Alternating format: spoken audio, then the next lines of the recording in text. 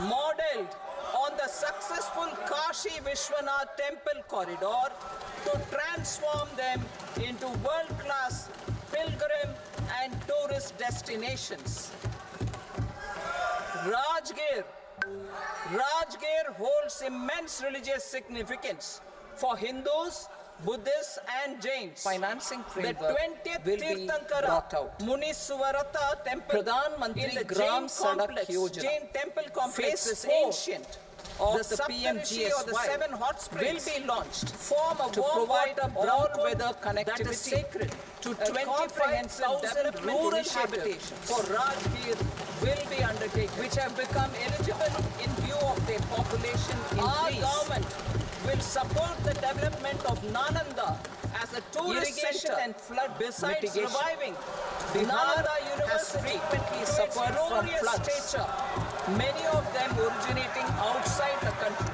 Odisha's scenic Plans to build flood control structures Odisha's in scenic Nepal beauty are yet to temples, progress. monuments, Our government, craftsmanship, through the accelerated wildlife irrigation sanctuaries, benefit program natural landscapes, and other sources pristine beaches, will provide make it financial an support ultimate for projects tourism with destination. estimated cost of Our government will provide 11,500 assistance crore for rupees, their development to Odisha as well, such as the Kosi Michi Priority intrastate 8, link and 20 innovation, other ongoing research and new and schemes, development. including barrages, We will river pollution operationalize abatement, the and Anusandhan irrigation National projects. Research Fund In addition, for basic research survey and prototype investigation development. of Kosi-related Further, flood we will set up a mitigation mechanism and irrigation for projects spurring private will be sector-driven undertaken. research and innovation at commercial scale. Assam, with a financing pool of 1 Assam lakh grapples crore with rupees floods every in year line with the announcement by the Brahmaputra in the interim River budget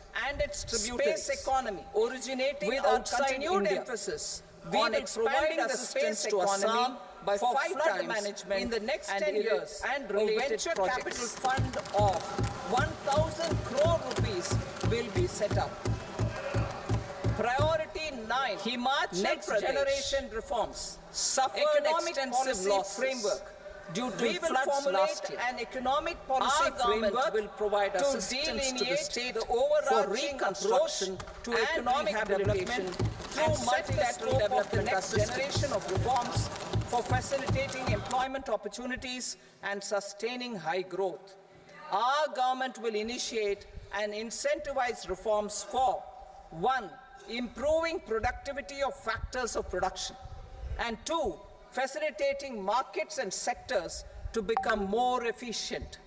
These reforms will cover all factors of production, namely land, labor, capital, and entrepreneurship, and technology as an enabler of improving total factor productivity and bridging inequality. Effective implementation of several of these reforms requires collaboration between the center and the states and building consensus as development of the country lies in development of the states. For promoting competitive federalism and incentivizing states for faster implementation of reforms, I propose to earmark a significant part of the 50-year interest-free loan. Working with the states, we will initiate the following reforms.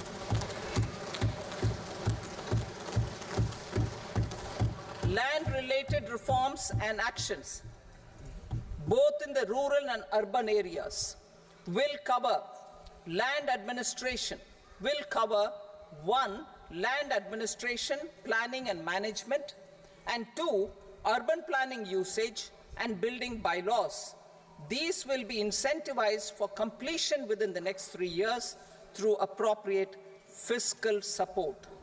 Rural land-related actions. Rural land-related actions will include 1. Assignment of unique land parcel identification number, UL PIN, or Bhu Aadhaar for all lands.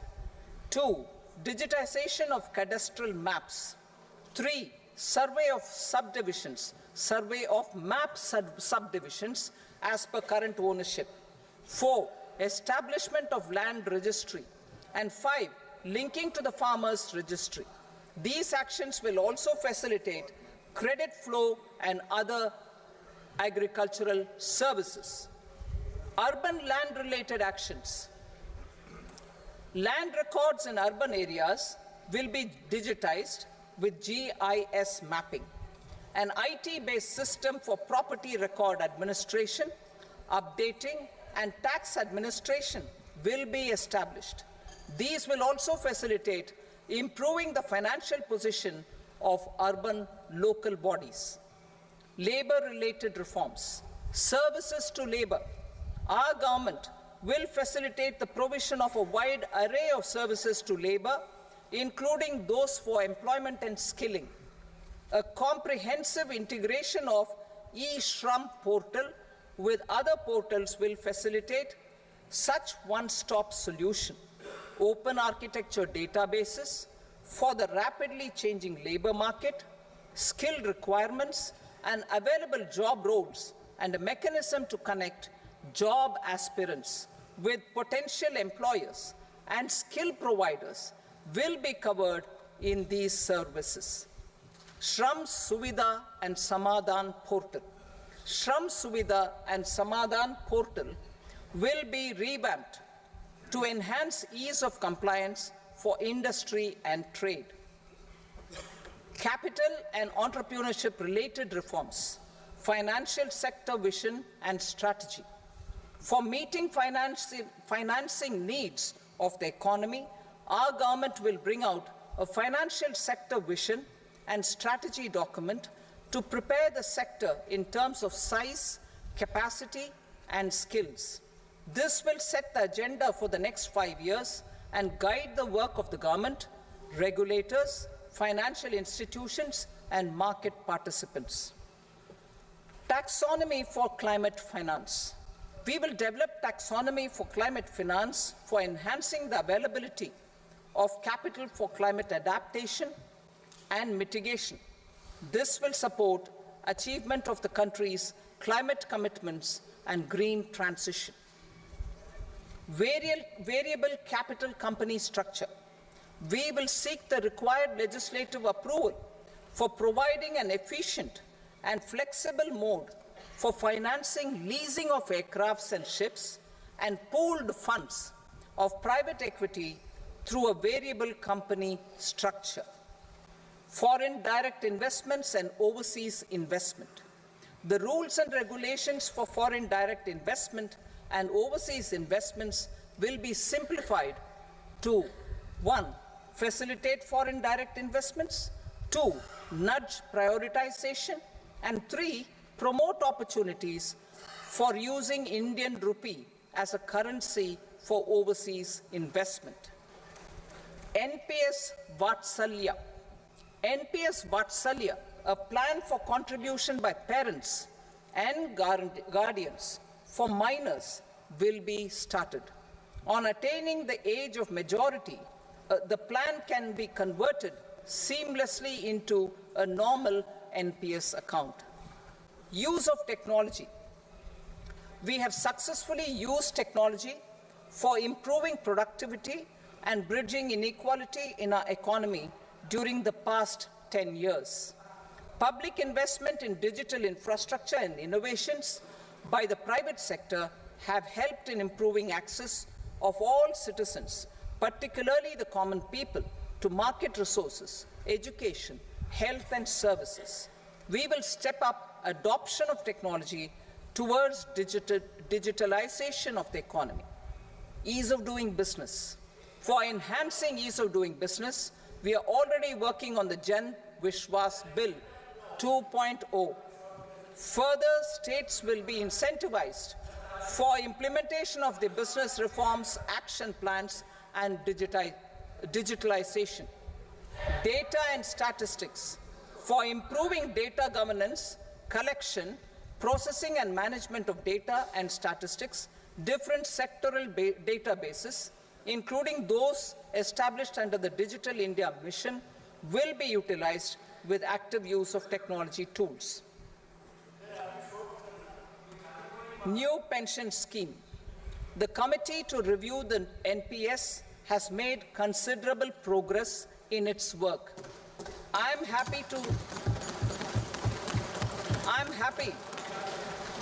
happy that the staff side of the National Council of the Joint Consultative Machinery for Central Government Employees has taken a constructive approach. A solution will be evolved which addresses the relevant issues while maintaining fiscal prudence to protect the common citizens. Budget estimates for 24-25. For the year 24-25, total receipts other than borrowings and the total expenditure are estimated at 32.07 lakh crore rupees and 48.21 lakh crore rupees respectively. The net tax receipts are estimated at 25.83 lakh crore rupees. The fiscal deficit is estimated at 4.9% of the GDP. The gross and the net market borrowings through dated securities during 24-25 are estimated at 14.01 lakh crore rupees and 11.63 lakh crore rupees respectively. Both will be less than that in 23-24. The fiscal consolidation path announced by me in 2021 has served our economy very well, and we aim to reach the deficit below 4.5% next year. The government is committed to staying the course. From 2026-27 onwards, our endeavor will be to keep the fiscal deficit each year such that the central government's debt will be on a declining path as percentage of GDP. I will now move to Part B.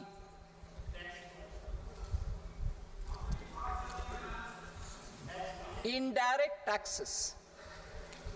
Sir, I start with GST. It has decreased tax incidence on the common man, reduced compliance burden and logistics cost for trade and industry, and enhanced revenues of the central and the state governments. It is a success of vast proportions. To multiply the benefits of GST, we will strive to further simplify and rationalize the tax structure and endeavor to expand it to the remaining sectors. My proposals for customs duties intend to support domestic manufacturing, deepen local value addition, promote export competitiveness, and simplify taxation while keeping the interest of the general public and consumers surmount. In Budget 22-23, ये देखो Kinder Joy में कुछ खास है। अब Barbie और hot wheels के toy surprises हर Kinder Joy के साथ। take a comprehensive review of the दोस्तों, जब rate आपका लंच structure ब्रेक होता है ना, over the दोस्तों next के साथ 6 बैठकर months खाना खाते to समय आप जो rationalize गपशप and करते हो, simplify टाइम it पास करते हो, for ease of आपको trade, पता है कि जो removal of इसको duty ज़्यादा inversion गंभीरता and से नहीं reduction लेते। of disputes. अभी I shall Sanjay now Jaiswal take ji up हैं कि चले गए? sector-specific customs चले गए। duty वो बोल रहे थे proposals. जब हम बात करेंगे तैयारी की तो आपको तो दर्द and होगा, medical equipments विरोध to provide विपक्ष relief को to दर्द तो cancer होगा। patients. मुझे मालूम नहीं I उनको propose to या fully उनकी पार्टी को exempt तब दर्द 3 हुआ था more जब हमारी medicines महिला from कुश्ती customs बेटियां और बहन थी जिनके साथ अत्याचार हुआ था और वो त्राहिमाम कर रही थी, तब किसी की आवाज में जावलिन में तब तक उसके I also मुख्यमंत्री propose changes in the BCD on जैसे X-ray महत्वपूर्ण tubes विषय and flat panel detectors for use in खेल और medical X-ray machines लेकिन मैं under अपने the phased मुख्यमंत्री का manufacturing program क्षेत्र से so as मिलेंगे। to synchronize अपने them मुख्यमंत्री with the Mamata domestic Bandyopadhyay जी का बहुत capacity धन्यवाद addition. करता हूं कि उन्होंने सभी क्षेत्र में से लोगों को पार्लियामेंट में बुलाकर उनको आवाज Mobile उठाने का phone अवसर and दिया। related parts. सभी क्षेत्र With में a से लोग threefold मुख्यमंत्री increase in हमारे domestic production and almost a ले आएगा, 100-fold jump in तो हम exports of सबको बड़ा mobile गौरवान्वित phones महसूस होंगे। हम over लोग the अब last गौरवशाली 6 होंगे। years. The इन्हीं Indian काम mobile शुभकामनाओं के industry साथ, इन्हीं has उम्मीदों के साथ matured. मैं पुनः In the भारत के interest of खिलाड़ियों consumers, को I मैं now शुभकामना propose देता to हूं, reduce the उनको BCD अग्रिम बधाई देता हूं on कि वो mobile हमारे देश का phone, नाम रोशन mobile करेंगे। PCBA और मैं आपका and आभार mobile प्रकट करता हूं कि आपने charger to ओलंपिक 15%. जैसे महत्वपूर्ण विषय पे हमको बोलने का अवसर Critical दिया। minerals. आपका बहुत बहुत धन्यवाद। Minerals such as lithium, copper, cobalt, and rare earth elements are critical for sectors like nuclear मैं आपका आभार energy, प्रकट करता हूं कि renewable आपने energy, ओलंपिक जैसे space, महत्वपूर्ण defense, विषय पे हमको बोलने का अवसर दिया। telecommunications, and आपका high-tech बहुत बहुत धन्यवाद। electronics.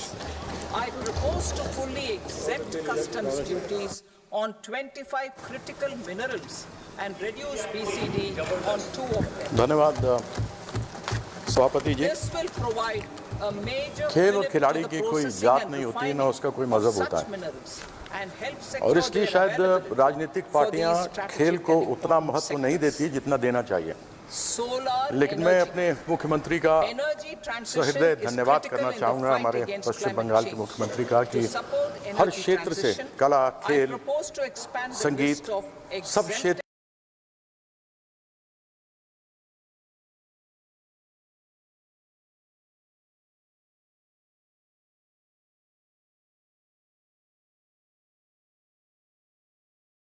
glass and tinned copper interconnect.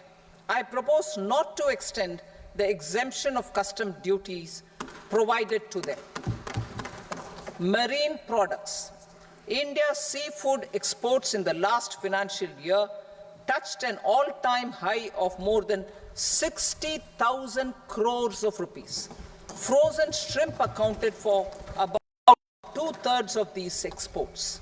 To enhance their competitiveness, I propose to reduce BCD on certain broodstock, polychaete worms, shrimp, and fish feed to 5%.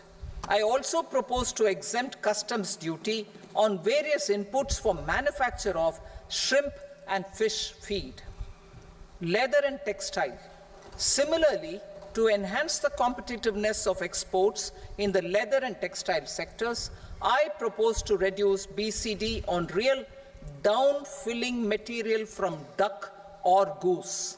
I am also making additions to the list of exempted goods for manufacture of leather and textile garments, footwear, and other leather articles for export. To rectify inversion in duty, I propose to reduce BCD subject to conditions on methylene diphenyl diisocyanate MDI for manufacture of spandex yarn from 7.5 to 5%.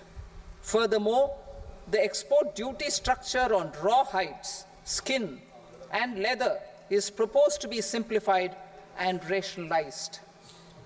Precious metals. To enhance domestic value addition in gold and precious metal jewelry in the country, I propose to reduce customs duties on gold and silver to 6% and that of platinum to 6.4%. Other metals, steel and copper are important raw materials. To reduce their cost of production, I propose to remove the BCD on ferronickel and blister copper. I am also continuing with nil BCD on ferrous scrap and nickel cathode and concessional BCD of 2.5% on copper scrap. Electronics. To increase value addition in the domestic electronics industry, I propose to remove the BCD subject to conditions on oxygen-free copper for manufacture of resistors. I also propose to exempt certain parts for manufacture of connectors.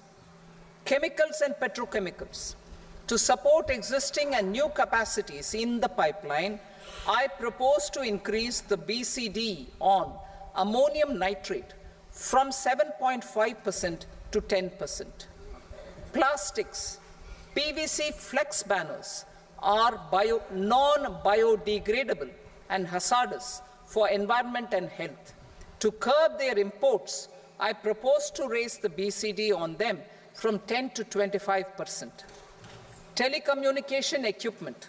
To incentivize domestic manufacturing, I propose to increase the BCD from 10 to 15% on PCBA of specified telecom equipment. Trade facilitation. To promote domestic aviation and boat and ship MRO, I propose to extend the period for export of goods imported for repairs from 6 months to 1 year. I'll read that again.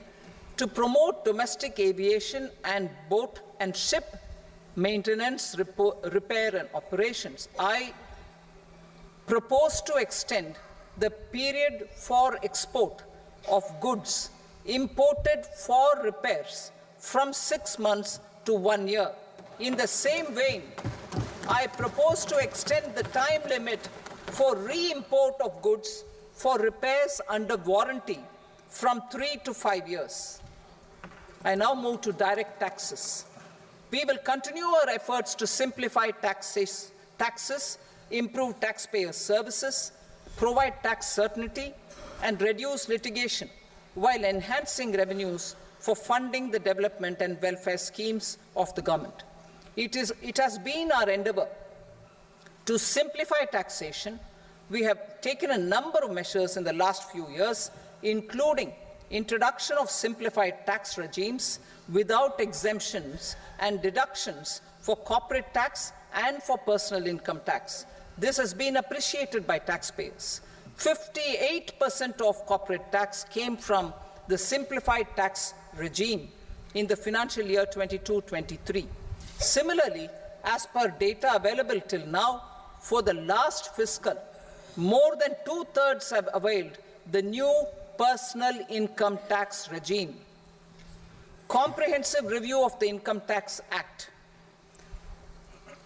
I am now announcing a comprehensive review of the Income Tax Act 1961.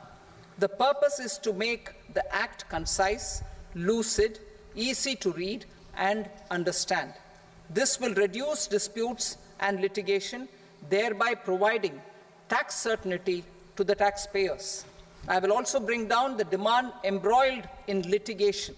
It is proposed to be completed in 6 months.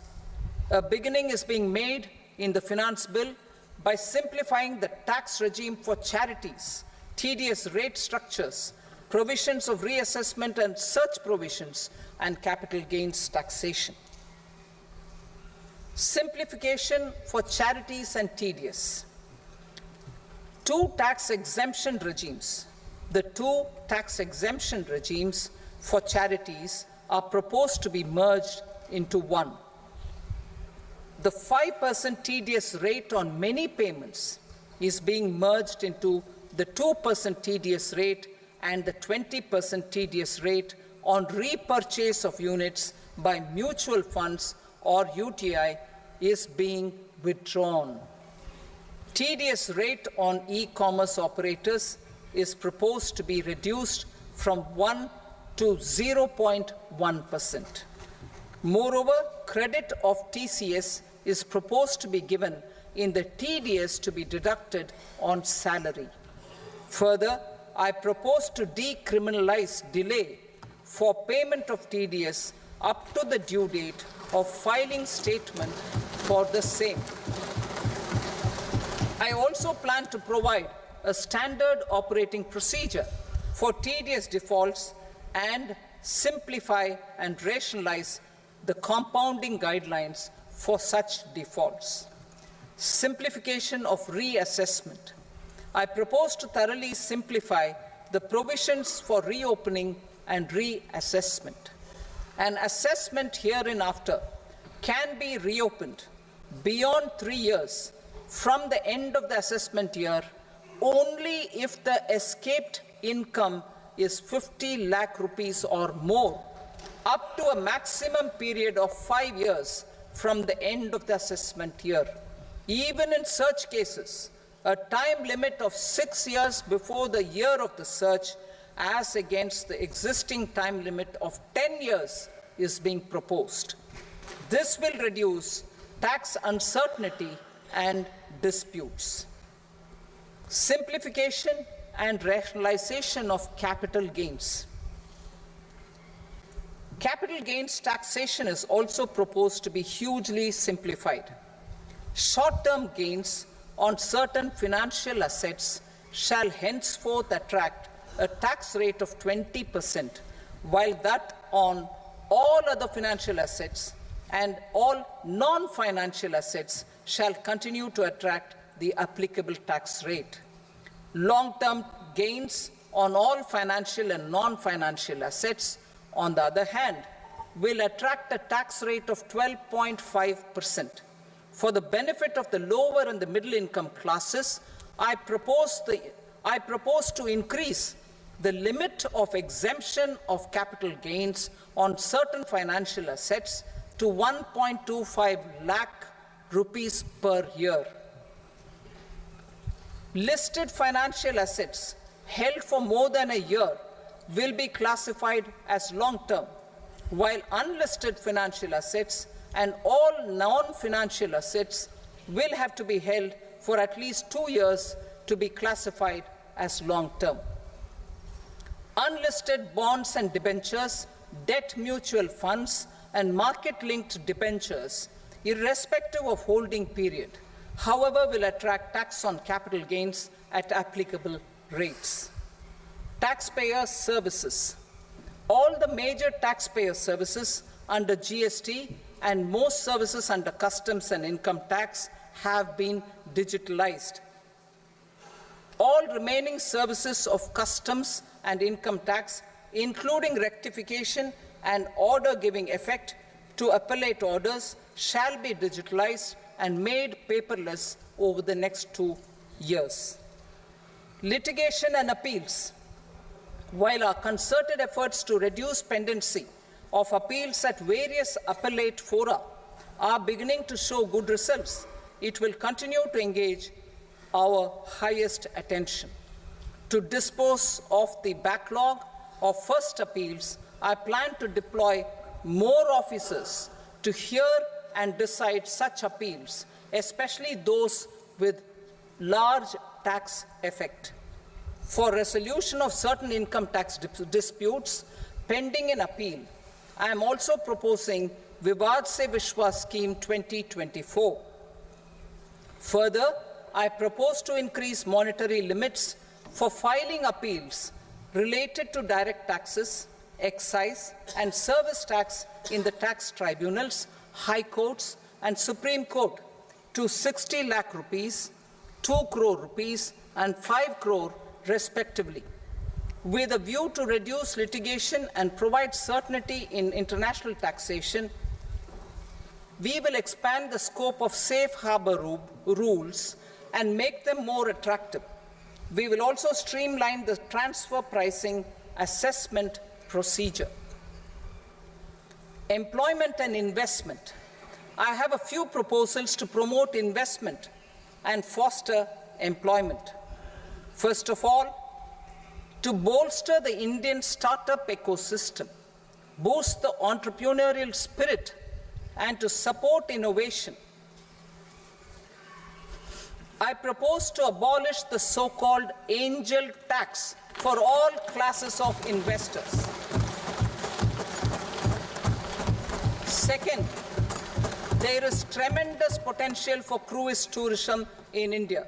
To give a fillip to this employment-generating industry, I am proposing a simpler tax regime for foreign shipping companies operating domestic cruises in the country.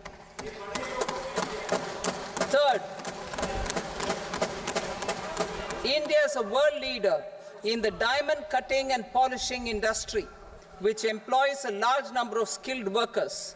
To further promote the development of this sector, we would provide for safe harbor rates for foreign mining companies selling raw diamonds in the country. Fourth, to attract foreign capital for our development needs, I propose to reduce the corporate tax rate on foreign companies from 40 to 35%. Deepening the tax base. I have a couple of proposals for deepening the tax base. First, security transaction tax on futures and options of securities is proposed to be increased to 0.02% and 0.1% respectively. Second, for reasons of equity, I propose to tax income received on buyback of shares in the hands of recipients. Other proposals. To improve social security benefits, deduction of expenditure by employers towards NPS is proposed to be increased from 10 to 14% of the employee's salary. Similarly, deduction of this expenditure up to 14% of salary from the income of employees in private sector, public sector banks and undertakings opting for the new tax regime is proposed to be provided. Indian professionals working in multinationals get ESOPs and invest in social security schemes and other movable assets abroad. Non-reporting of such small foreign assets has penal consequences under the Black Money Act. Such non-reporting of movable assets up to 20 lakh rupees is proposed to be depenalized.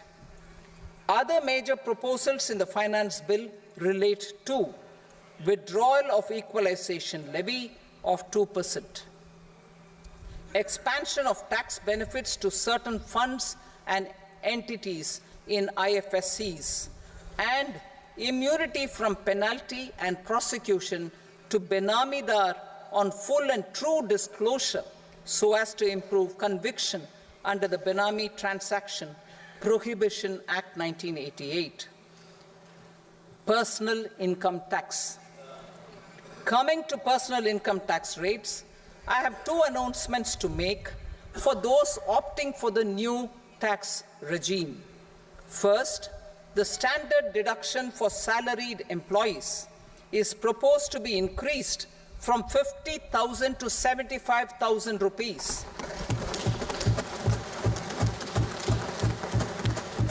Similarly, deduction on family pension for pensioners is proposed to be enhanced from 15,000 to 25,000 rupees. This will provide relief to about 4 crore salaried individuals and pensioners.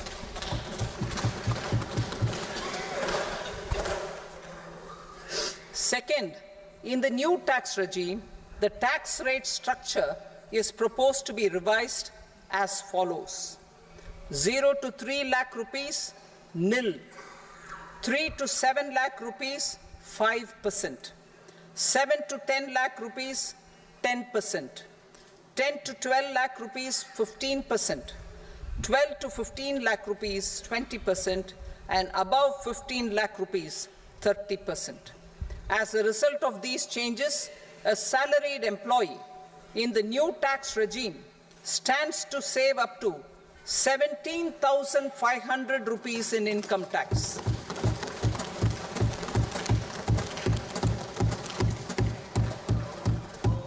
Apart from these, I am also making some other changes as given in the annexure.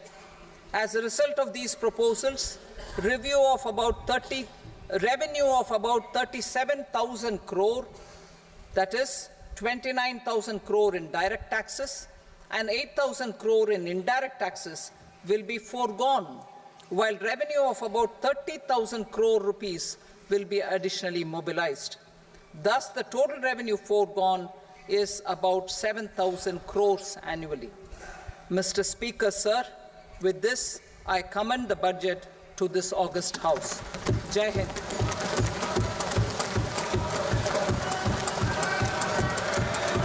Item number 2. Item number 2.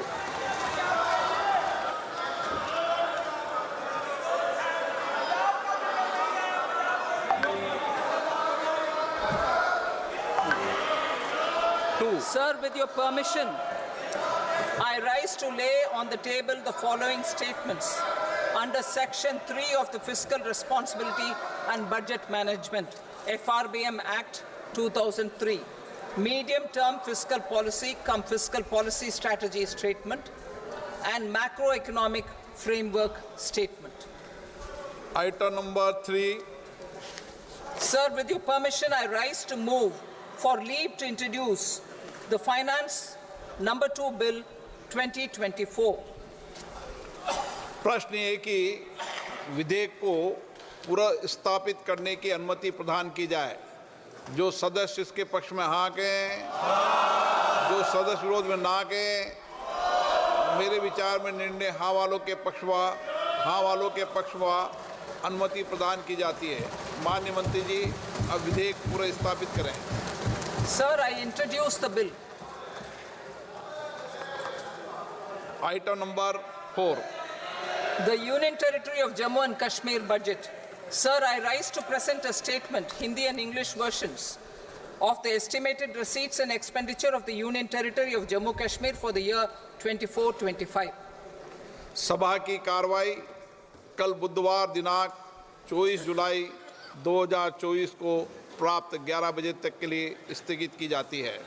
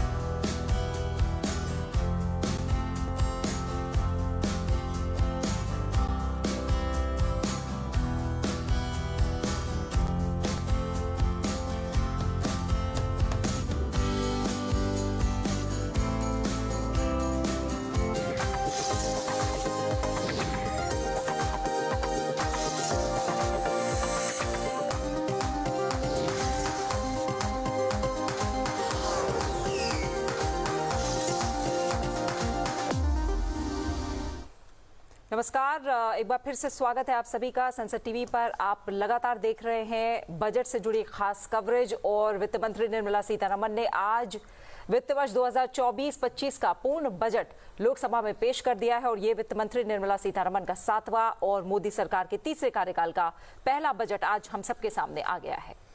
जी हाँ, जैसा कि हम कह रहे थे कि ये budget विकसित भारत का बजट होगा। मोदी सरकार के इस बजट में वित्त मंत्री निर्मला सीतारमण ने कई बड़े ऐलान किए हैं। उन्होंने बजट में युवाओं के कौशल विकास, शिक्षा, कृषि और रोजगार सृजन जैसे क्षेत्रों पर विशेष ध्यान दिया है। वित्त मंत्री ने देश के पूर्वी राज्यों को देश की आर्थिक वृद्धि का इंजन बनाने के लिए विशेष योजनाओं का भी ऐलान किया और लोकसभा पहुंची वित्त मंत्री ने 11 बजे अपने बजट भाषण की शुरुआत की। क्या बड़ी बातें रही हैं, लगातार हम इसका विश्लेषण करेंगे और जो मुख्य बातें हैं उसमें 2 लाख करोड़ रुपए के प्रावधान के साथ युवाओं पर अच्छा खासा फोकस है। उनके लिए 5 स्कीम है जिनका जिक्र किया गया है और इससे 5 करोड़ से ज्यादा युवाओं को सीधा फायदा होगा और जो रोजगार सृजन है उसको प्रोत्साहन देने के लिए भी 3 स्कीम की घोषणा की गई है। जी हाँ, और कृषि से जुड़ी हुई भी बड़ी बातें की गई हैं बजट में। कृषि सेक्टर के लिए 1.52 लाख करोड़ रुपए का प्रावधान रखा गया है।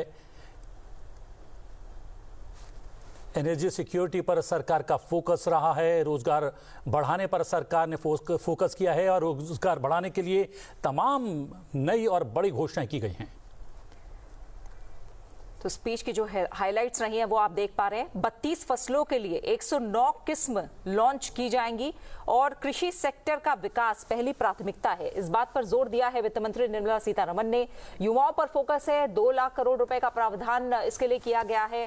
खास तौर से रोजगार और स्किल डेवलपमेंट पर फोकस किया गया है और शुरुआत में ही स्किलिंग को लेकर, रोजगार को लेकर, युवाओं को लेकर बजट भाषण की शुरुआत हुई थी। गरीबों पर इसका फोकस है, ग्रामीण इलाकों पर बजट को फोकस किया गया है और पहली बार जो नौकरी वाले व्यक्ति होंगे, जो युवा होंगे, उन्हें अतिरिक्त पीएफ मिलेगा और 5 साल में 4 करोड़ युवाओं को रोजगार देने का लक्ष्य रखा गया है। शिक्षा की बात करें तो रोजगार और कौशल के लिए 1.48 लाख करोड़ रुपए का प्रावधान रखा गया है। बिहार में 3 एक्सप्रेसवे बनाने के लिए फंड जारी किया जाएगा।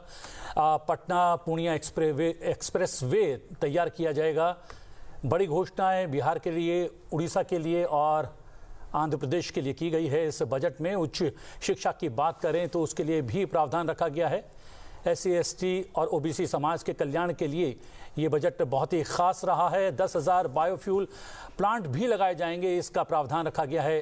रोजगार और स्किल के लिए 3 नई योजनाएं सामने लाई गई हैं। पहली, नौकरी के लिए 1 महीने का भत्ता मिलेगा। ये पहली बार हो रहा है भारत में कि किसी नौकरी के लिए पहली बार नौकरी करने पर भत्ता भी दिया जाएगा।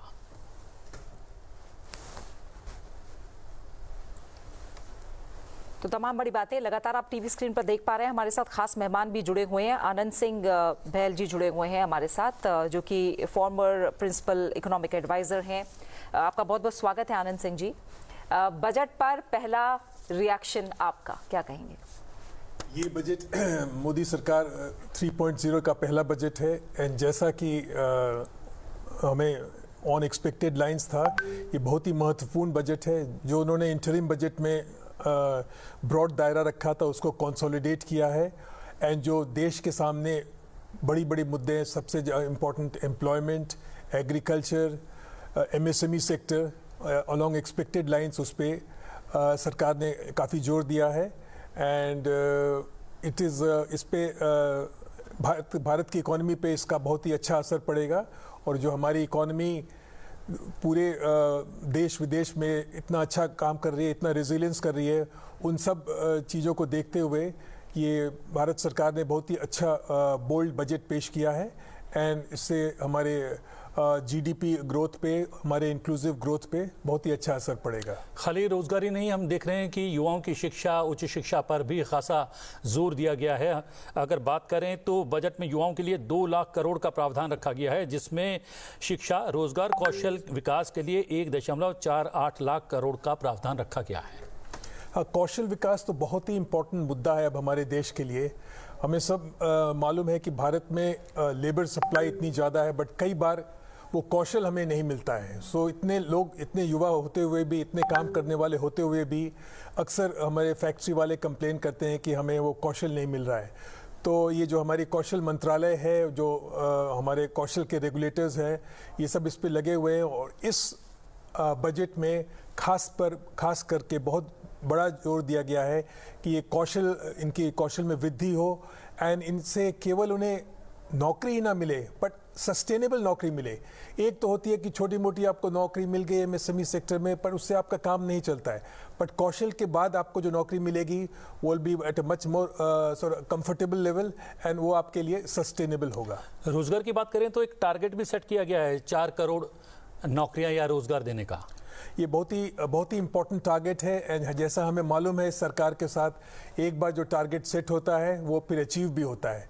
इस सरकार की ये बहुत ही बड़ी उपलब्धि रही है कि जो वो अनाउंस करती है उसको मॉनिटर करती है। इंटर मिनिस्ट्रियल मीटिंग्स होते हैं और ज़रूरत पड़ने पे खुद प्रधानमंत्री वो मीटिंग्स लेते हैं। आई एम श्योर ये टारगेट सेट होगा एंड ये देश के लिए बहुत ही अहम, बहुत ही अच्छी बात है। और स्किलिंग के बाद, युवाओं के बाद जिक्र था सीधा एमएसएमई का, जिसके लिए हम देख रहे हैं कि लोन का भी दायरा बढ़ाया गया है और तमाम बड़े स्टेप्स हैं जो इस बजट के जरिए हमें देखने को मिलेंगे। अब क्या लग रहा है, एमएसएमई सेक्टर जो बड़े पुश की मांग कर रही थी, अब उससे अब कितना बड़ा बदलाव होता देखेंगे? ये एमएसएमई सेक्टर तो हमें सबको मालूम ही है, बहुत ही अहम सेक्टर है भारत के लिए। अब ऑर्गेनाइज सेक्टर तो हमारा केवल 6-7% एम्प्लॉयमेंट होता है। ज़्यादातर एम्प्लॉयमेंट जो है, ज़्यादातर जो प्रोडक्शन जो है हमारे एमएसएमई सेक्टर में ही होता है एंड इस पे सब लोगों की पहले से उम्मीद थी कि ये सरकार इस पे नई नीतियाँ लाएगी। तो मैं देख रहा हूँ कि उन्होंने स्ट्रेंथन किया है पुरानी नीतियाँ और कुछ नई नीतियाँ लाए हैं क्रेडिट बढ़ाने के लिए, यहाँ पे ईज़ ऑफ डूइंग बिजनेस करने के लिए, वो हर तरह से एमएसएमई सेक्टर को टेक्नोलॉजी प्रदान करने के लिए, उनको जीएसटी में प्रावधान में और आसान करने के लिए, सो दैट करीब 7.11 करोड़ करीब लोग हमारे एम्प्लॉयड हैं एमएसएमई सेक्टर में। और इन सबको बड़ा पुश देने के लिए सरकार ने इस बजट में अनाउंस किया है, क्रेडिट गारंटी दी है, एक्स्ट्रा क्रेडिट दिया है, ज़रूरत के समय उभर करके आएंगी। बट ये सरकार का ये एकदम रेडार पे है एमएसएमई सेक्टर एंड ये हमारे एकदम बैकबोन है इस देश का, बिकॉज ज़्यादातर लोग हमारे एमएसएमई सेक्टर में एम्प्लॉयड हैं। एम्प्लॉयमेंट वहीं होता है, वहीं से एम्प्लॉयमेंट जनरेशन शुरू होती है, टेक्नोलॉजी अपग्रेडेशन शुरू होता है। तो इस सबको देखते हुए सरकार ने अपनी रेडार में एमएसएमई सेक्टर को बहुत बड़ा पुश दिया है इस बजट के थ्रू। अगर बात करें आयकर की तो उसमें कुछ बड़ा फेरबदल नहीं किया गया है। आयकर में थोड़ी बहुत चेंजेस तो है, वो डिटेल्स अभी देखने होंगे, बट कोई बहुत बड़ा तब्दीली नहीं है। This is along expected lines, because आयकर विभाग ने पहले से ही अनाउंस कर रखा है कि बहुत ज़्यादा एग्जेम्पशन नहीं देंगे, ग्रेजुअल रिडक्शन होगा रेट्स का। ये सब के कारण हमारी आयकर नीति ऑलरेडी देश विदेशों के कंपैरिजन में है, तो किसी ने एक्सपेक्ट भी नहीं किया था कि बहुत बड़ा पुश मिलेगा। एंजल टैक्स हटाया है उन्होंने, दैट इज़ इम्पोर्टेंट अनाउंसमेंट। थोड़ा स्टैंडर्ड 75,000 का स्टैंडर्ड डिडक्शन किया है। जी हाँ, वो 50,000 से 75,000 का कर दिया है और स्टैंडर्ड डिडक्शन बढ़ाए हैं, एंजल टैक्स हटाया है। तो कुछ प्रावधान उन्होंने किए हैं, बट कोई बहुत महत्वपूर्ण चेंज बदली मुझे अभी तक सामने नहीं आई है। बिल्कुल। और जो बड़ा फोकस सरकार कहती रही है युवा और किसानों की अगर बात करें तो लगातार जो बात अब सामने आई है कि कृषि क्षेत्र की उत्पादकता, प्रोडक्टिविटी और ज़्यादा बढ़े और जो स्टोरेज है उसको लेकर काम किया जाए। 30 फसलों की 109 किस्में जल्दी देश को मिलने वाली हैं, इसको कैसे समझें? बजट स्पीच में हम लोग सब ने देखा कि रिसर्च पे और रिसर्च एंड डेवलपमेंट पे बहुत जोर है, उसी के अंदर ये 30 नई फसलें भी आएंगी। सो हमारे देश में एग्रीकल्चर अभी तो ग्रोथ मोरलेस ठीक है, बट बहुत ज़्यादा ज़रूरत है कि ये रेजिलिएंट हो, वेदर से रेजिलिएंट हो, उसको मार्केट प्राइसेस ठीक मिले और नए बीजें आए जो ज़्यादा सॉर्ट ऑफ क्लाइमेट चेंज को उसको बेयर कर सकें। सो इन सब को देखते हुए बहुत ही स्ट्रॉन्ग फोकस दिया गया है एग्रीकल्चरल रिसर्च पे, न्यू टेक्नोलॉजी पे, जिसके तहत ये नई बीजें भी आ रही है। तो इन सबको अमल करने के लिए ग्राउंड पे और स्टेट्स में इंस्टीट्यूशंस भी डेवलप होने होंगे। एंड जो सरकार का ये आइडिया है, जो प्रपोजल है, उसको पुश करते हुए किसानों की स्थिति में बहुत अच्छी बढ़ोतरी होगी। मैं काफ़ी श्योर हूँ उसको लेकर। ओवरऑल एलोकेशन की बात करें ग्रामीण विकास की तो 2.66 लाख करोड़ रुपए वो तय किए गए हैं। ये राशि आपको लगता है काफ़ी है इतने बड़े काम के लिए? राशि तो ये वित्त मंत्रालय एंड कृषि मंत्रालय और रूरल डेवलपमेंट मंत्रालय सारे मिल करके डिस्कस करते हैं। ये प्रोसीजर आपको मालूम है कि मंत्रालय लोग अपना पहले एस्टिमेट देते हैं बजट में, एंड देन फाइनेंस मिनिस्ट्री वो सब बैठ करके देखते हैं। तो आई एम श्योर ये तो काफ़ी बातचीत करके किया गया होगा। एंड फिर कंपीटिंग नीड्स भी होती है। ये भी नहीं है कि सरकार के पास पूरा एक तिजोरी है, जितना चाहे खर्च कर ले। तो मेरे हिसाब से ये खर्च ठीक है। एंड उन्होंने काफ़ी ठोक बजा करके ये एस्टिमेट को अनाउंस किया है। जी हाँ, अगर शिक्षा की बात करें, हम लोग कह रहे हैं कि सरकार का स्किल पर और शिक्षा पर खासा जोर है और उच्च शिक्षा के लिए 10 लाख रुपए तक का लोन थोड़ा सा आसान बना दिया है सरकार ने। शिक्षा प्रणाली में सुधार तो हर समय ज़रूरत पड़ती है। कई बार हमें सुनने में आता है कि भाई हमारे ग्रेजुएट्स हैं वो एम्प्लॉयबल नहीं है। वो सुन के बड़ा दुख होता है, बट अलग अलग एस्टिमेट्स है। कोई बोलता है 50%, कोई बोलता है हमारे 60% इंजीनियर्स एम्प्लॉयबल नहीं है। तो इस शिक्षा प्रणाली में सुधार लाने के लिए एक ज़्यादा और होलिस्टिक डेवलपमेंट के लिए फंड्स की ज़रूरत है, जो इस बजट में दिया गया है, जो हमारे रेडार पे आया है। एंड ये जो एक और इम्पॉर्टेंट बात है कि एजुकेशन ग्रेजुएशन डिग्री में ही स्किल्स को अब वीव इन किया जा रहा है। अब एक नया फ्रेमवर्क बना है जिसमें आपको ग्रेजुएशन डिग्री मिलेगी, उसमें आपको स्किल्स का भी इनपुट होगा, सो दैट जब आप ग्रेजुएट करेंगे तब आप एम्प्लॉयबल होंगे। अभी जस्ट ग्रेजुएशन करके आप अनएम्प्लॉयड की आबादी बढ़ा रहे हैं, ये बहुत अच्छी बात नहीं है। हालांकि ये बहुत सालों से चल रहा है। तो सरकार ने रियलाइज़ किया है ये एजुकेशन को सुधारना है, बी एजुकेशन में स्किल्स का भी इनपुट होना बहुत ज़रूरी है। उसके लिए उन्होंने एक वो स्कीम लॉन्च की है, एंड ये हमने ग्राउंड पे भी होते हुए देखा है।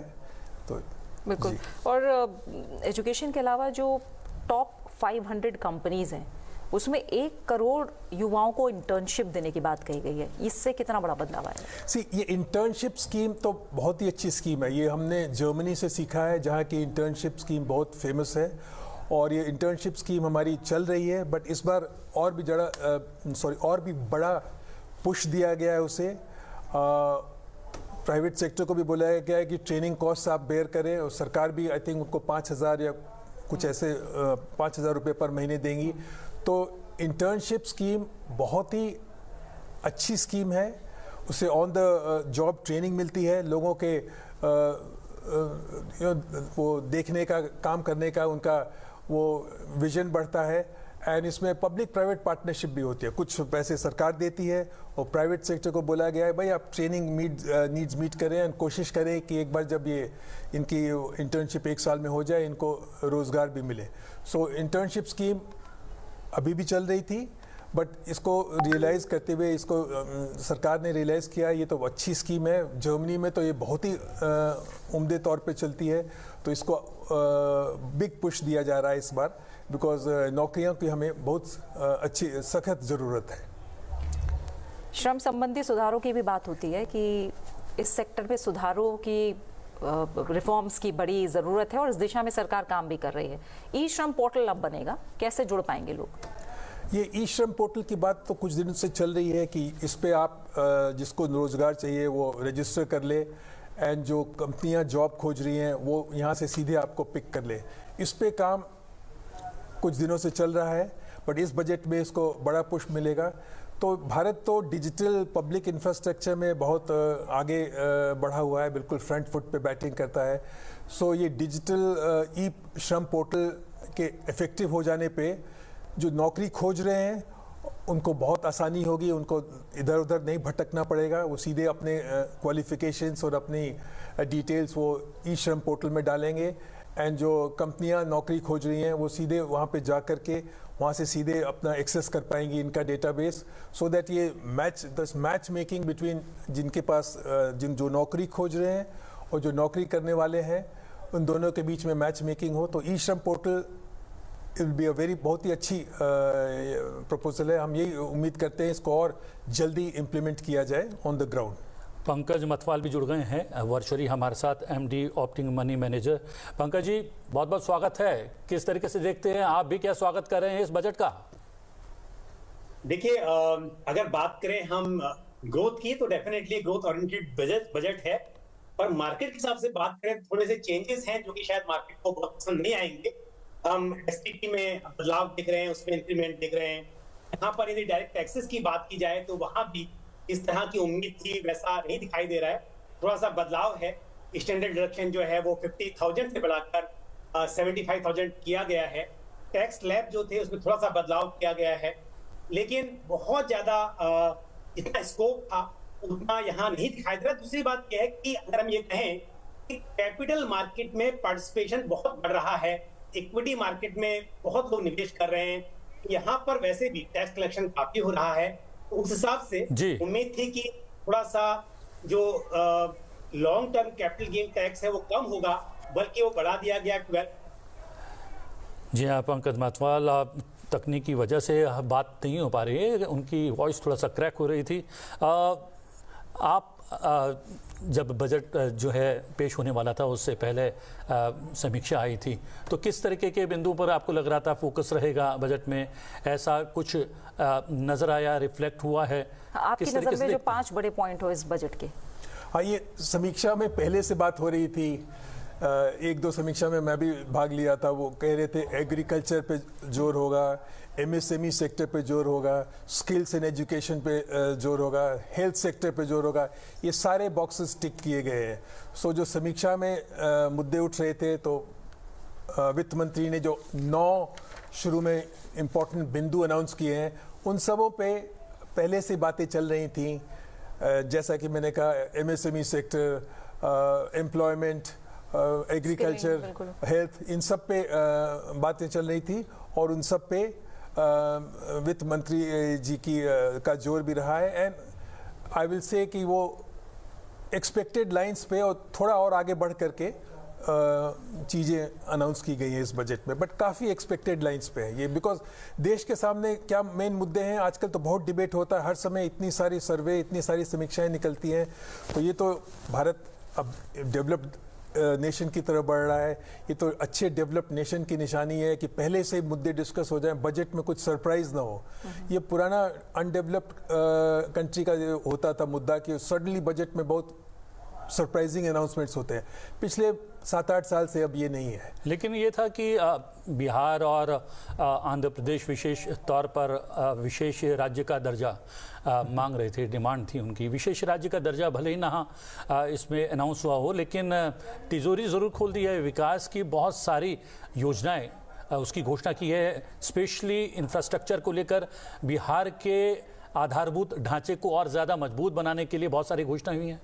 जी हाँ, मैं भी सुन रहा था कि बिहार में 26,000 करोड़ सड़कों के लिए दिए गए। अच्छा, सड़कों को लिए दिया गया है। बिहार में वो टेम्पल्स भी उनके कॉरिडोर बनेंगे, टेम्पल कॉरिडोर बनाने की बात है, और भी कई सारी बातें हैं। तो ये budget is also finally A political economic tool. तो उसमें इकोनॉमिक्स के अलावा आपके साझेदार पार्टनर्स जो है उनकी भी अकोमोडेट करना पड़ता है। तो ये भी एक्सपेक्टेड था, बट लेकिन बिहार को जरूरत भी थी। हाँ, विकास की गति में थोड़ा सा पिछड़ा हुआ था राज्य, और इसलिए मांग भी थी। तो ये तो बिल्कुल ठीक है, बिहार को बिल्कुल ज़रूरत थी। एंड बिहार वाले तो अभी भी आर्ग्यू करेंगे कि हमें और मिलना चाहिए था, स्पेशल कैटेगरी स्टेटस मिलने चाहिए था।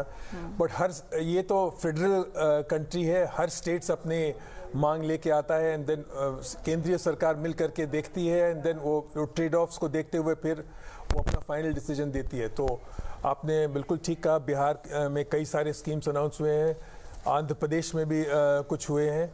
बट वेदर ये आंध्र प्रदेश और बिहार वाले उससे बिल्कुल संतुष्ट होंगे कि नहीं, वो अलग बात है। बट देन केंद्रीय सरकार को तो सारे स्टेट्स और ये सबको देख करके फिर आगे डिसीजन लेना पड़ता है। तो ये मेरे हिसाब से अच्छा डिसीजन है। सबको घर देने की जो बात है आनंद जी, इस बार कहा गया है कि जो शहरों में रहने वाले गरीब हैं उन्हें 1 करोड़ घर दिए जाएंगे। सबके लिए घर का सपना कितना जल्दी पूरा होता देख रहे हैं आप? ये तो इकोनॉमिक्स में बहुत ही अहम बात कहते हैं कि एक बार सिटीजन को अगर घर मिल जाए तो वो स्टेट्स अपने को नेशन से और स्टेट से बहुत इन्वॉल्व समझता है, हर अपनी साझेदारी को बहुत स्ट्रांग मानता है। तो ये बहुत ही 2047 के लिए भी बहुत बड़ी हमारे लिए ये पड़ाव होगा कि सबको अपना घर मिले। बिल्कुल 2047 में जब हम विकसित देश बनने वाले हैं तो ये घर हर गरीब को मिल जाए, हर सिटीजन को मिल जाए, तो ये तो बहुत ही इम्पोर्टेंट इंडिकेटर होगा डेवलप्ड स्टेटस का।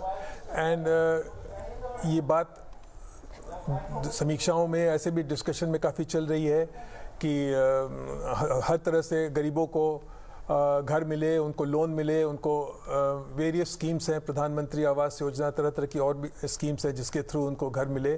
सो ये इस सरकार की उपलब्धि भी रही है और इस बजट में और भी आगे बढ़कर अनाउंस किए गए हैं घर के लिए, वो अच्छी बात है। और तकरीबन शहरी आवास योजना के लिए 10 लाख करोड़ रुपए के प्रावधान की घोषणा बजट के दौरान की गई है। बजट घोषित होने से ठीक पहले जब हम कार्यक्रम कर रहे थे उस दौरान क्लीन एनर्जी और ऊर्जा के क्षेत्र में हमारी जो डिमांड्स हैं उसकी आपूर्ति है उस पर हम लगातार चर्चा कर रहे थे। तो 10,000 बायोफ्यूल प्लांट लगाने का भी प्रावधान रखा गया बजट में। तो ये बहुत ही अच्छी बात है। भारत ने क्लाइमेट चेंज को एक्सेप्ट किया है। बाय 2070 हम कार्बन फ्री होने का एमिशन न्यूट्रल होने की हमारी बात है। उसी के अंडर बहुत सारे इंस्ट्रूमेंट्स आते हैं, उसमें biofuel and lower GDP carbon intensity of GDP growth, ये सब हमारी पॉलिसीज़ में है।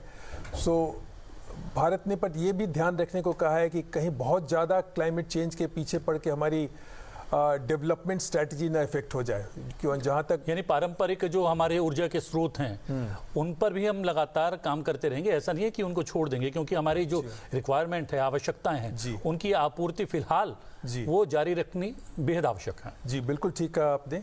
ये बहुत ज़्यादा एंथुजियाज्म में क्लाइमेट चेंज करने पर ये ना हो कि जो हमारी जो पारंपरिक ऊर्जा के सूत्र हैं वो हम भूल जाएं। उसको सरकार ने एक्सेप्ट किया है। एंड ये डेवलप्ड कंट्री अगर ये चाहें कि भाई केवल डेवलपिंग कंट्रीज जो अपनी एमिशंस कम करें और जो पास्ट हिस्ट्री है डेवलप्ड कंट्रीज़ की जिन्होंने एमिशन करके ये क्लाइमेट चेंज को मेनली लाए हैं, तो वो ऐसा नहीं हो सकता है। डेवलपिंग कंट्रीज़ लाइक इंडिया, ये लोग भी अपना मुद्दा आगे रखते हैं और उसको रखते मुद्दे को अपने होराइजन पे रखते हुए हम अपनी नीतियाँ बना रहे हैं। एक R&D की रिसर्च एंड डेवलपमेंट को ज़्यादा से ज़्यादा मजबूत करने की बात कही जा रही है लगातार आनंद जी। इसमें 1 लाख करोड़ रुपए के वित्तीय कोष से जो निजी क्षेत्र है वहाँ वाणिज्यिक स्तर पर रिसर्च और इनोवेशन को बढ़ावा दिया जाएगा। ये बहुत ही अच्छी बात है। R&D में भारत का ऐसा रहा है कि पब्लिक सेक्टर ही ज़्यादा इन्वेस्ट करती है और प्राइवेट सेक्टर कम इन्वेस्ट करता है। Even public sector private sector जोड़ करके as a percentage of GDP हम लोग काफ़ी लो हैं as compared to developed nations like USA, Germany, Japan. So ये जो बूस्ट दिया जा रहा है कि प्राइवेट सेक्टर भी ज़्यादा R&D करे फार्मास्यूटिकल सेक्टर में, इलेक्ट्रॉनिक्स में, ये बहुत ही अच्छी बात है। बिकॉज अल्टीमेटली टेक्नोलॉजी इस देश को आगे ले जाएगी। हमें सबको मालूम है कि भारत ने टेक्नोलॉजी को एम्ब्रेस किया है। हमारी डिजिटल फुटप्रिंट बहुत अच्छी है। इवन आर्टिफिशियल इंटेलिजेंस से हम लोग घबरा नहीं रहे हैं, हम लोग उसको एक्सेप्ट कर रहे हैं। सो ये जो पुश हम दे रहे हैं कि private sector research and development में इन्वेस्ट करे, ये बहुत ही महत्वपूर्ण है। Because without investment in research and development technology को हम ले नहीं सकते। टेक्नोलॉजी कोई दुकान में बिकने वाली चीज़ नहीं। You have to develop the ecosystem, you have to develop the system जो लंबे पीरियड तक R&D के थ्रू ही हो सकता है। सो भारत ने ये बहुत ही अच्छी, इस बजट में ये बहुत ही अच्छी बात है कि हम लोग प्राइवेट सेक्टर को इंसेंटिवाइज कर रहे हैं। PM सूर्य घर मुफ्त बिजली योजना पर भी वित्त मंत्री ने कहा, और हम जानते हैं कि ये लगातार पिछले कुछ समय से बात हो रही है, जब इंटरिम बजट आया था उसके बाद से ही।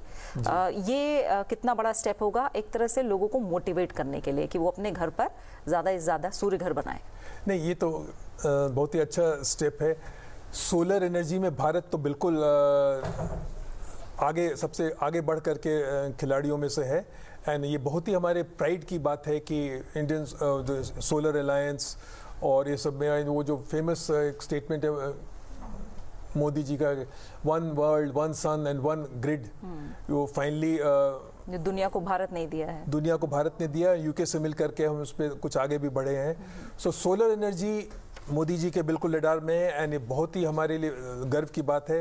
तो ये जो इस बार जो अनाउंस होगा, इस बजट में जो अनाउंस हुआ है, ये और भी हमें पुश देगा। ऑलरेडी काफ़ी लोग घरों पे अपने छतों पे सोलर ग्रिड लगा रहे हैं, जिससे उनको फ़ायदा हो रहा है, 300 यूनिट फ्री मिल रहे हैं और इस बजट में उसको और भी बड़ा पुश मिलेगा। मैं बिल्कुल कॉन्फिडेंट हूँ, इससे हमें काफ़ी इम्प्रूवमेंट होगा। इसमें महत्वपूर्ण बात ये है कि कुछ राज्य सरकारें मुफ्त बिजली की जो है योजनाएं चला रही हैं, उसमें जो है बिजली कंपनियों से लिया जाता है बिजली को पैसे खरीद कर और दिया जाता है मुफ्त में, तो एक भार लगातार जो है बढ़ता जाता है, फाइनेंशियल जो है बर्डन जो है राज्य सरकारों पर बढ़ता जाता है। इसमें उससे बचने का भी प्रावधान है। अगर आपको सोलर पैनल के थ्रू आप बिजली जो है जनरेट करेंगे तो आपको बिजली यानी कि ऊर्जा तो प्राप्त होगी, साथ में आपको बिल भी नहीं आएगा, बिल शून्य आएगा, किसी पर भार नहीं आएगा। ये जिसे जो कहते हैं ना समायोजित विकसित राष्ट्र की ओर जाना, वो उसकी ओर आप एक कदम मानते हैं क्या इसको? और उसमें लोगों की पूरी भागीदारी। नहीं बिल्कुल, ये स्कीम बहुत ही सोच समझ के की गई है और आप अपना जनरेट करिए सोलर ऊर्जा, और आपको जो ज़्यादा जनरेट करिएगा तो उसको आप ग्रिड में भी भेज दीजिए और आपको अब बिजली 300 यूनिट तक चलो फ्री मिल रही है, वो भी ठीक है। तो आपने बिल्कुल बहुत ही अच्छे से समझाया, ये तो बहुत सोच विचार करके इसको ऊर्जा सौर ऊर्जा स्कीम को और भी अच्छे से बढ़ाया गया है। बिल्कुल। और एक और खास मेहमान हमारे साथ मुकेश मोहन गुप्ता जी स्टूडियो में जुड़ गए हैं, जो कि प्रेसिडेंट हैं चैम्बर ऑफ इंडियन एमएसएमई के। बहुत बहुत स्वागत है आपका मुकेश गुप्ता जी। आप क्या बड़ी बातें आपकी नज़र में इस बजट में, और एमएसएमई को लेकर हम देखें तो टर्म लोन के लिए क्रेडिट गारंटी योजना भी मिली है, खास तौर से एमएसएमई के लिए जिस बड़े पुश की बात हो रही थी, इस बजट के जरिए कितनी उम्मीदें पूरी हुई? देखिए, मैं तो ये कहूँगा कि ये जो बजट है ना, अगर इसको हम कहें कि ये भैया एमएसएमई का बजट है तो भी कोई गलत नहीं होगा, क्योंकि एमएसएमई के लिए अलग चैप्टर है। एमएसएमई के लिए जितनी स्कीम अनाउंस की गई हैं, मैं जब नोट कर रहा था, मैं देख रहा था कि भाई एमएसएमई के लिए देखिए कितनी आएंगी, तो मैंने एक छोटा पेपर लिया और मैंने सोचा कि इस पेपर पे आ जाएंगी कि एमएसएमई की जो स्कीम्स है, तो नोट डाउन कर लूँगा ताकि आगे याद रहे। वो पेपर एक तरफ भर गया, दूसरी तरफ भी भर गया, तब भी मुझे लगा कि थोड़ा अब छोटा छोटा लिखना पड़ेगा। तो एमएसएमई की इतनी स्कीम्स है, मैं समझता हूँ कि जो भी स्कीम अनाउंस की हैं, काफ़ी कुछ पुट सब में एमएसएमई का है और एमएसएमई को सबसे फ़ायदा मिलेगा। लेकिन ख़ास तौर से जो एमएसएमई के लिए जो स्कीम्स अनाउंस की गई हैं, और मैं यहाँ एक बात और कहना चाहूँगा कि ये जो गवर्नमेंट है ना, बहुत ही कंसल्टेटिव गवर्नमेंट है, क्योंकि प्री बजट कंसल्टेशन में मुझे भी बुलाया गया था ऑनरेबल फाइनेंस मिनिस्टर द्वारा, और मुझे बड़ा गर्व है ये कहते हुए कि जो भी हमने सजेशंस दिए, भाई सरकार देखिए सारी बात तो हमारी मान नहीं सकती है क्योंकि और भी बहुत सारे कंस्ट्रेंट हैं उनके पास, लेकिन अधिकतर जो मेन जो हमने सजेशन दिए वो सारे मान लिए गए। मैं ये कहूँगा, जो आपने कहा कि 100 करोड़ रुपए तक की टर्म लोन के लिए जो गारंटी दी, सेल्फ गारंटी का एक स्कीम उन्होंने अनाउंस किया है, बाकी जब डिटेल में हम बजट पढ़ेंगे तो समझ आएगा। इसके अलावा जो एक एमएसएमई की सबसे एक और बहुत महत्वपूर्ण जो समस्या है फाइनेंस के लिए, वो ये है कि उनकी जो बैलेंस शीट है ना, वो अधिकतर बैंकेबल नहीं होती। उनको पता नहीं होता क्या रेशो होनी चाहिए, प्रॉफिट कितना दिखाना चाहिए, तो ये कुछ ऐसी समस्याएं होती हैं जो बैलेंस शीट जो उनकी होती है बैंकेबल नहीं होती। इसके लिए हमने सरकार से विनती की थी कि आप ये कैश फ्लो बेस्ड फंडिंग लाइए, तो सरकार ने कह दिया, इस बार पूरी तरह से मान लिया। उन्होंने कहा कि कुछ नया असेसमेंट सिस्टम हम बनाएंगे जहां टर्नओवर के बेस पर, और ये एक ऐसा सिस्टम रहेगा जो बैलेंस शीट बेस्ड फंडिंग से कैश फ्लो बेस्ड फंडिंग में ट्रांसफ़र किया जाएगा। बहुत बड़ा एक कदम है। इसके अलावा देखिए, एक और एमएसएमई की समस्या होती है, वो ये है कि जो क्रेडिट रेटिंग है, एक्सटर्नल क्रेडिट रेटिंग है, वो जितनी भी बड़ी कंपनीज हैं और ये छोटी कंपनीज हैं, सबके लिए जो स्कोर का मॉडल है वो एक है। अब यहाँ इन्वेस्टेबल ग्रेड आता है कि भैया BBB आपका अगर रेटिंग है तब आपको पैसा मिलेगा, नहीं तो नहीं मिलेगा, और अधिकतर जो हम एमएसएमई है वो इस BBB जो रेटिंग है उसमें फेल हो जाते हैं। तो हमने भी सरकार से ये विनती की थी, हमने कहा था कि भाई इनके लिए या तो एसएमई रेटिंग को ही मान लिया जाए या इनके लिए जो स्कोर मॉडल है वो डिफरेंट कर दिया जाए। अब सरकार ने एक कदम और आगे बढ़ गई है, उन्होंने कहा कि हम बैंक से ये कह रहे हैं कि अपना इंटरनल सिस्टम डेवलप करें, और ये एक्सटर्नल जो क्रेडिट रेटिंग कराते हैं उसकी जो रिक्वायरमेंट है, क्योंकि बैंक के पास लोन लेने जाते हैं और एक डायलॉग है ना कि जाओ पहले उसका सिग्नेचर लेकर आओ। हाँ, तो वो यहाँ पर होता है कि हम बैंक के पास लोन लेने गए, उसने कहा कि जाओ पहले केयर, इकरा या जो और रेटिंग एजेंसी हैं उनका सिग्नेचर लेकर आओ, उनसे पूछो कि आप BBB रेटेड हो या नहीं। वो मैं समझता हूँ कि वो जो रिजीम है वो अब ख़त्म हो जाएगा। इसके अलावा देखिए मुद्रा लोन की जो लोन की जो लिमिट है वो डबल कर दी गई है, तो ये अभी 10 लाख रुपए थोड़ा कम हो गया था, और ये एनकरेज करेगा एंटरप्रेन्योर्स को इस चीज़ के लिए भी कि भैया लोन लिया है तो समय से उसको वापस भी कर दो, क्योंकि जो लोग समय से वापस करेंगे उनको डबल लोन मिल जाएगा। तो ये एक बहुत बड़ा कदम है मैं समझता हूँ। एक और बहुत बड़ी समस्या जो MSMEs फेस कर रहे थे वो ये था स्पेशल मेंशन अकाउंट। हम सब ने सुना है कि अगर एक दिन का भी भैया डिले हो गया तो 30 दिन के डिले में या 30 दिन के किसी डिफॉल्ट में हम स्पेशल मेंशन, भैया खास तौर से ध्यान, और खास तौर से ध्यान अच्छे वे में नहीं, खराब वे में। तो अब स्पेशल मेंशन अकाउंट को, और कोई ये बिल्कुल छुआछूत की बीमारी थी कि भैया इसको तो छूना नहीं है, बैंकर कहते थे। आपके पास वापस लौटेंगे क्योंकि MSME के इतने सारे बिंदु हैं जो प्रावधानों के रूप में से जुड़े हुए हैं कहीं ना कहीं। नवविक्रम CI में मौजूद हैं हमारे सहयोगी, उनके साथ एक विशेषज्ञ मेहमान हैं। जी नवविक्रम। बिल्कुल प्रतिबिंब, हम हमारे साथ इस समय राजन दमानी साहब हैं जो कि जेटलाइन ग्रुप के वाइस चेयरमैन। कुछ सवाल करते हैं खास तौर पर अगर इंडस्ट्रीज के लिहाज से देखें, दमानी साहब ओवरऑल इम्पैक्ट किस तरीके का रह सकता है इस बजट का? आई थिंक ये बार जो बजट का जो पूरा जो फ्रेमवर्क जो ऑनरेबल फाइनेंस मिनिस्टर ने लेआउट किया, वो 9 पिलर्स जो हैं, वो जो बकेट्स हैं वो पूरे लॉन्ग टर्म थिंकिंग से होते हैं। तो इंडस्ट्री को वो डायरेक्शन चाहिए, whether it is fiscal deficit 4.9% coming down to 4.5%, या काफ़ी जो स्कीम्स इस बार अनाउंस हुई हैं वो सारी की उनको प्रमोट करके आगे भी चलाएंगे। सो डायरेक्शनली जो बजट सेट हुआ है वो I think gives lot of confidence to industry, to also look at next generation reforms, innovation. ये सारी जो चीज़ें होती है ये म्यूजिक टू ईयर्स बोलते हैं ना, इंडस्ट्री के लिए होती हैं, क्योंकि आगे जाके अगर भारत को कंपेटिटिव होना है ग्लोबल स्केल पे, आई थिंक ये सारी चीज़ों का जो सपोर्ट गवर्नमेंट ऑफ इंडिया से आएगा उसी से जाके ये बनेगा। Because today it's not only make in India for India, it is make in India from India for the world. So I think ये सारी चीज़ें जो हैं अगर ये डायरेक्शनली हम देखें तो I think most of the pointers were in the right direction to see, shows that the government has control, both on the fiscal situation of the country, can also take some risks। थोड़े जो हमारी जो युवा शक्ति है अगर आपने देखा तो उसमें काफ़ी चीज़ें around specially around skilling, internships, hand holding of large corporates with new age people, जो एंजल टैक्स बोलते हैं ना वो अबॉलिश हुई, वो बहुत ही परेशान, क्योंकि एंजल और टैक्स कभी साथ में जाती नहीं। एंजल आपको चलाता है,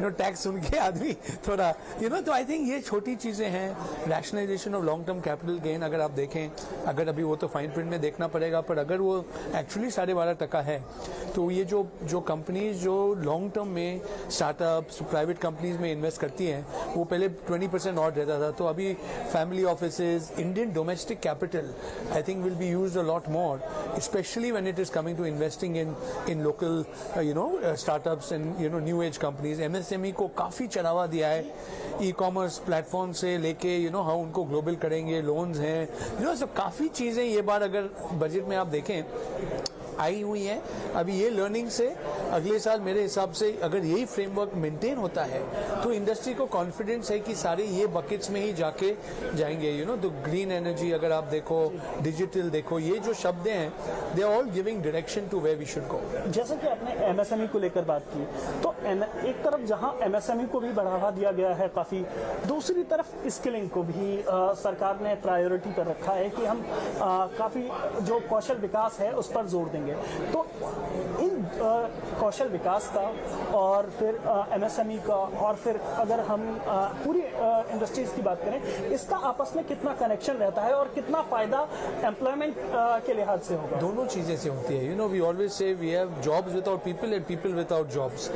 यानी कि why are the jobs without people? क्योंकि वो जो सही स्किल है वो इंडस्ट्री को नहीं मिलती है, इंडस्ट्री हायर करता है, वो इन्वेस्ट करते हैं। तो आई थिंक ये जो प्रोसेस है जो इंडस्ट्री और युवा और गवर्नमेंट का जो उसमें रोल आता है, क्योंकि इतने हमारे पास यंग पीपल हैं जिनका जिनको हमको लाइवलीहुड्स देनी है। अच्छा, और अभी जॉब क्रिएशन से लाइवलीहुड्स हो गया है।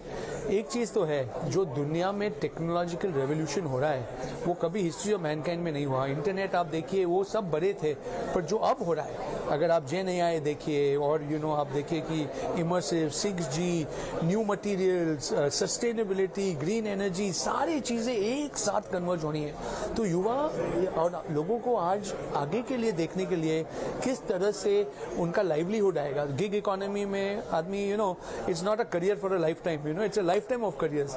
तो वो लर्निंग कैसी होगी, टेक्नोलॉजी आके हमारे युवा को हर step of the way career में कैसे उनको एनहेंस करेगी, वो भी एक बात आई कि we are not only looking at matching job seekers with employers, उनमें वो हुनर, वो स्किल कैसे ऐड होगा जिससे वो और एम्प्लॉयबल हो। तो आई थिंक थिंकिंग बहुत सही है जो आज बजट में सुनाई दिया। अभी उसको इम्प्लीमेंटेशन कैसे होता है, उसका पेस कैसे होगा, ये सब हम विकसित भारत की तरफ कर रहे हैं। तो आज का जो युवा है वो जब उसकी जो करियर होगी